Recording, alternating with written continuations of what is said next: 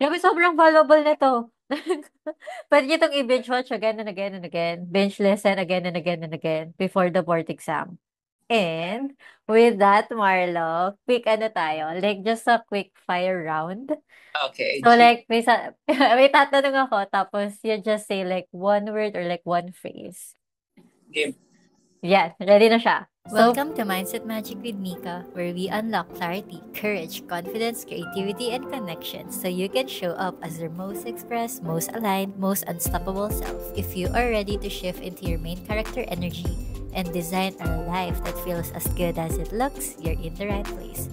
I'm Mika Doria, your interior designer, your Mindset Magic Muse, branding goddess. Let's dive in. So first, go-to study resource or app na marirecommend mo? Go to study resource or app. Pomodoro technique. Any Hmm. Pomodoro app. Number two is Quizlet. Ang ganda ng Hmm. Quizlet in fairness sa kanya. Same. Nakagawa ako ng marami since I'm on the topic of mock boards. Doon, pwede kang gawa ng sarili mong mock boards. So, instead of like blindly like reviewing yung mga Oh my reviewers. gosh, Marlo. Galing mo. Sobrang targeted ng ano mo. Oo, guys. So, then, ano na to ha? Praktikalan na to. Aside from that, mga resources na mock boards. Yeah. So, there are a lot of resources out there na kunwari sa mga review centers, they provide mock boards din. I think sa Shopee meron authorized seller noon na nagsisell ng mock boards din. Then, sa mga batches higher than you na nag-take na ng board exam, if you're on the budget side, o di ba? Very encompassing tayo. Kung It's naka-budget so ka, inclusive. di ba? You can buy their resources then. No. Kunwari, Oh, meron sila yes. mga reviewer na may notes na, yun guys, summarize na yung mga notes na yun. Hindi yun na need i-summarize pa yung mga notes. So, at least, babasahin nyo na from the perspective of mga nag-board exam. Hindi na kayo mas mahihirapan. Hacks yung lahat ng yun. Wait, meron pa. One word to describe your board exam journey. Grit. Grit. Oh, It's the grit. second. Okay. Next, a mantra that help you push through the tough days. Oh my God. I think, ang tawag dito, I would suggest everyone to have a board exam song. Okay. Galing. So yung naging mantra ko na umiikot lang sa utak ko is Fighting by BSS, parang Korean group ng 17, parang subgroup ng 17. So Fighting yung ano niya. So since song siya, hindi siya quote or anything, o nagre-repeat lang siya sa utak ko na parang Fighting. So parang pumped up ako lagi, tapos meron pa siyang sound. So multi-sensory siya. Yun, sarap. Sobrang ano nito, sobrang smart Sobrang na-leverage mo yung Yeah. environment, yung resources. Grabe Yeah. So guys! I always tell everyone to have their own song. So, yan, yung mga next batch sa akin na nag-take ng exam, meron din silang mga kanya-kanyang kanta. Fight song nila, kumbaga. Did you play the fight song nung ano, biglang lumabas yung results? Oh, I did! Ah! Parang bago ako matulog, umiyak ako, tapos yun yung pinapatugtog ko. Mm, And even nung board exam, like si Andrea, ano, Oo. ka-room ko kasi siya, tapos parang she saw me daw like dancing to the song. Habang nag-exam, habang nagdo-drawing na ganun nakatayo. Parang, Yung roommate ni Marlo, top 9 si Andrea, di ba? Tama ba? tama naman si Andrea. See? Environment. Andrea, So, quick fire round. First is a go-to study resource or app na you recommend. Anki, flashcard app. Sabihin ko lang very ano, language learner. Yeah. Learning. Good for memorizing siya eh. Grabe. Next is one word to describe your board exam journey. Humbling. Oh. And then third, a mantra that help you push through the tough days. Actually, it's on my wall right now. I will read it. Um, nandito siya eh. Nakalagay, devotion is greater than discipline. I move out of love and want, not out of need. I make choices that enrich my life by being devoted to the woman I am becoming. So, the woman I am becoming nun is si IDR. So, during days na I feel like ayoko mag-aral or ayoko um, review or magbuklat ng book, hindi discipline yung gusto kong magpagalaw sa akin. Kasi discipline felt like, rah, rah. It's more of, Yan, totoo. I want to be like, I want to give myself to that woman na I can be. So I want to devote time for myself. So coming from a place of love and a place of want, not out of need. So dun yung parang trying to integrate kindness sa processes ko nun at the time. Devotion is greater than discipline. Yeah. Grabe yung affirmation and see how much it shaped you now. Oh, Grabe. thank you. Ang galing. Nasa wall ko siya right now. Di ko pa rin siya tinatanggal kasi until now it still resonates. Wow, that is the season for you, becoming her next version. When they listen to this, it's the thing that they'll remember talaga. Okay, so first, a study resource or tool that you'd recommend. Paper and pen. Sorry, guys. I wish I had an iPad, but Next, one word that sums up your board exam journey. fulfilling. What? Fulfilling. Oh, okay, I like that. And then next, a mantra or a quote that help you push through the tough days. Slowly but surely. Hmm. Wow. Tapos before tayo mag-close, meron akong quick fire round lang. Tapos answer lang ng super, super quick. Parang cheat sheet na nila when they Okay. return to this. Ayun. So start tayo. 3 questions lang. First one is, anong study resource or tool yung mare-recommend sa kanila? Well, hindi ko alam sa iba kung ano mag-work sa kanila. Pero akin kasi yun, yung nag-work sa akin, yung meron akong dedicated notebook, thick notebook for everything. Ganyan. Well, wala kasi akong like, tablet or iPad, ganyan. Tapos yung phone ko parang for work siya. Minsan pa nag-review ka sa work, ay sa phone, di ba, biglang may mga work message. Hindi So talagang distract ka. ako, okay, notebook.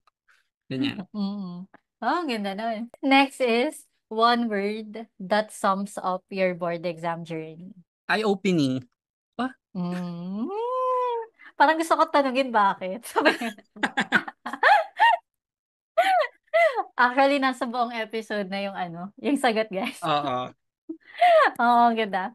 Next is a mantra or a quote that help you push through, lalo nung mahirap na tough days.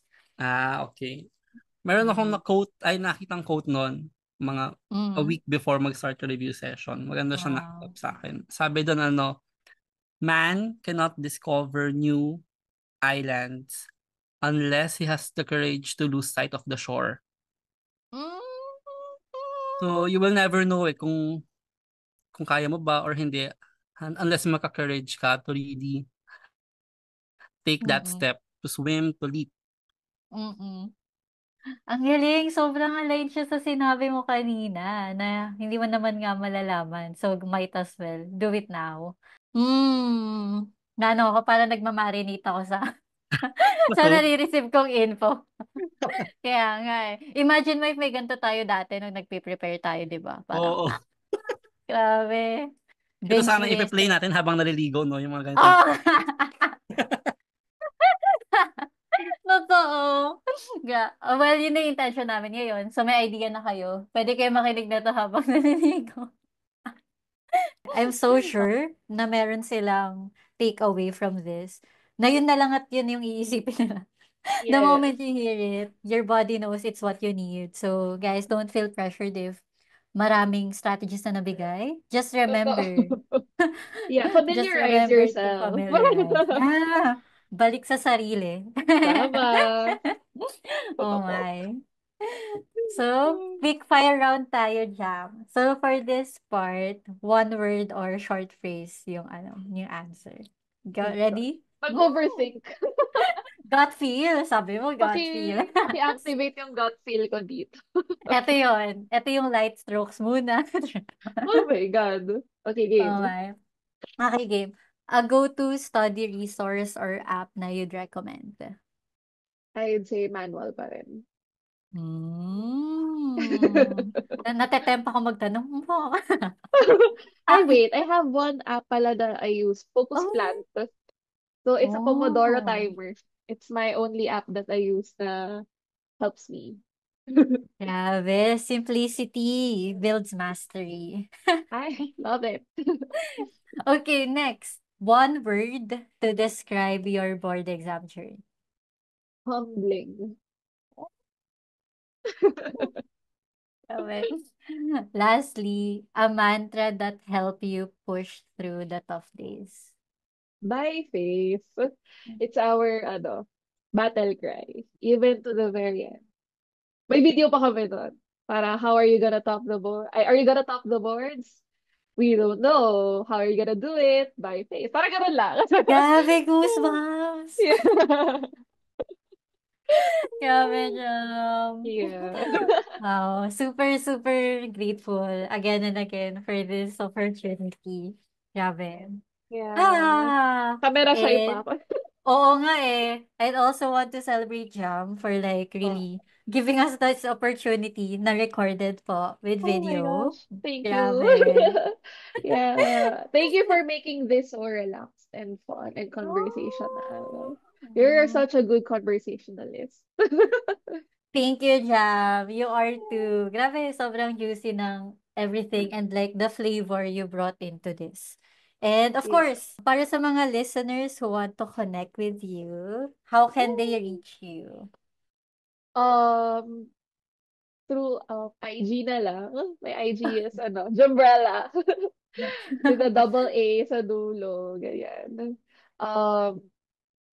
Or just find me sa Messenger. You can tag me, guys. Ask me for anything. It's Jam Alba. And, ayun, if hindi niyo ako mahanap, please tap me ka, Doria. Sige, ako Sa yung ating, magsasabi ko. Oo. Mag-bridge natin. But, if you need advice or, help, especially, for example, if you wanna, gusto niyo ipa-critic yung drawing, go, wow. Go Wow, lang, grabe I'm open dyan. to, um, ayan. And kung gusto niya namin talaga ng kausap, sure, I'm a yapper. So, ayun. Ayun. Grabe the generosity.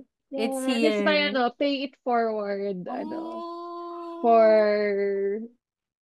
the other takers.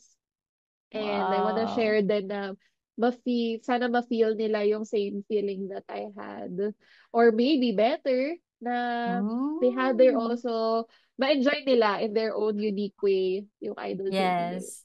That's so true. Grabe, Jam. Sobrang, sobrang sweet mo. And, and I say, like, guys, hingi kayo feedback kay Jam if you have it na. And if you're ready. Kasi, wow. Yeah. Kasama ko yung top-notcher roommate ko. So, guys. Actually, yung roommates niya top-notchers. Meron pong marami pong top-notcher eyes help sa inyo to really make it. Ay, grabe. Grabe. Baka So, ma-pressure sila. Hindi yan. Thank you so much, Jam. Thank you, Rin, so much, Mika. Yes, we're wrapping up this special episode with Jam. So, guys, this is your top-notcher energy booster. Pala, Alright. delulu pala yung top-notcher energy. Kasi it delivers. Delulu delili. Oh my gosh. That's a new mantra for you. It's okay to be Delulu is delulu not if it delili. delivers. Yeah! Yes. Amen po to that. Yeah. So, if there's just one word or like a short phrase that they can remember from this, what is that? So, I'm gonna ask. Ready ka na? Right. Yes? Okay. So, first, go-to study resource or app. Quizlet, definitely. One word to describe your board exam journey. One word. Oh, this has been asked of bucket list. It's a bucket lister. It's something you would like to tick off once in your life. Oh, Ang ganda naman. Okay, next. A mantra that kept you going. We become what we think about.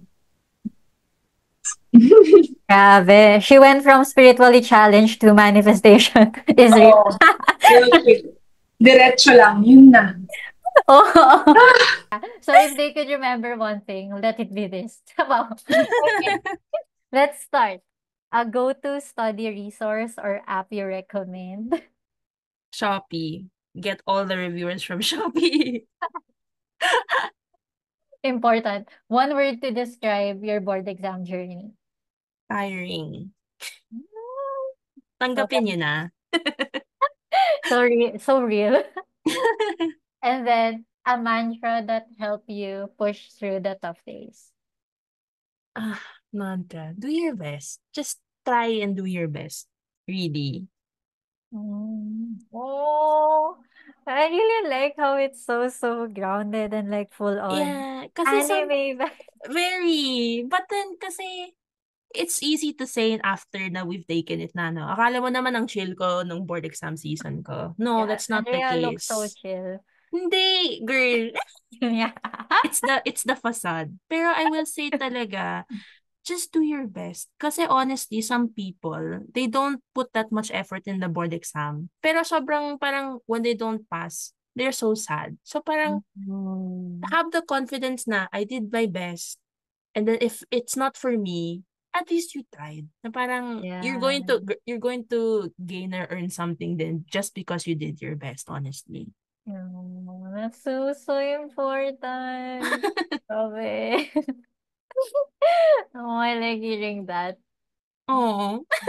Yeah, it really reminds me talaga rin of my anime, my favorite anime characters rin. Diba? Like, it's so unfair to say na you did your best when deep inside you know na you didn't Yeah. naman talaga. Right. Wow, so nice. Okay, so start tayo. First is, a go-to study resource or app na you recommend. Quizlet. One word to describe your board exam journey. Roller coaster. Totoo. A mantra that help you push through the tough days. I can do everything. So yun yung ating quick fire round. Grabe. Parang Ayun na. yung mantra mo. Oo. Ready ka pa? Akala ko lang. Oo. Grabe no, parang na-encapsulate nga ng mantra na yun yung mo, yung decision making mo during the exam itself. Oo. My gosh. I think dapat don't don't doubt yourself as much as possible. Parang wala, kasi parang yung doubts naman, di mo naman mawawala. But di mo naman tatagal din sa sarili mo, di ba? Yung doubts na baka hindi mo kaya, baka hindi ganyan, baka... Pero, I think, for me ikaw lang din yung nag-limit sa sarili mo when you start doubting yourself. So, just start believing in what you can do. And you can do anything na you put your mind into. Parang, it's always like that. Parang, kung gusto mo naman yung isang bagay, I know you will work hard to get it. And you will definitely get it. As long as you put the effort and the hard work to get it. You can do everything. Totoo. Show up for it. Yes. And even yung listeners, parang the idea pa lang na you're listening to this and really willing to learn, that's Yes. gonna be enough energy for you. Wow. For our next part, quick fire round lang. So, yung answer here is either just one word or a short phrase. Para ito na yung ma-recall nila. So, ready? Alright, okay. First, a go-to study resource or app na you recommend. Quizlet. Oh, one word to describe your board exam journey. Oh, tiring. Sorry, tiring.